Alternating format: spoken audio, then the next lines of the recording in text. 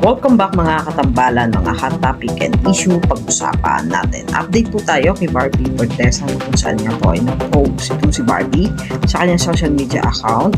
Gamit nga po ang Silka Papaya Lotion. Makikita naman po dito sa post ni Barbie na napakaganda na isang Barbie Fortesa at napakakinis ng kutis. Gamit nga po ang Silka. Makikita naman sa ilang mga photos na inilalabas nga po ni Barbie sa kanyang social media na talaga namang lutang na lutang ang kagandahan nitong si Barbie. At sa caption pa nga po nitong si Barbie ay slay all day, lit all day, use Silka Green Papaya Lotion for a brighter day. Samantalang spotted naman itong si Barbie na kasama naman itong si Jameson Blake na nanood nga po ng movie. Nakikita naman doon sa mga photos kung saan nga ay lumalabas ngayon na magkahawak nga ng kamay itong si Barbie at si Jameson habang lumalakad nga matapos nga manood ng movie. Makikita naman ang pagka-gentleman itong si Jameson at ito ang unang pagkakataon na spotted nga ang dalawa na naglalakad na magkahawak nga ang kamay.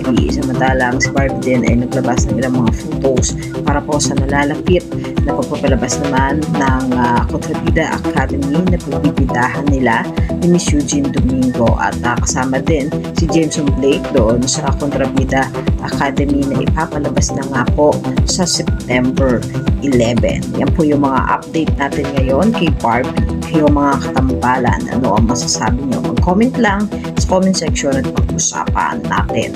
Yan ang mga hot topic and issue dito lamang sa Tambalang JK.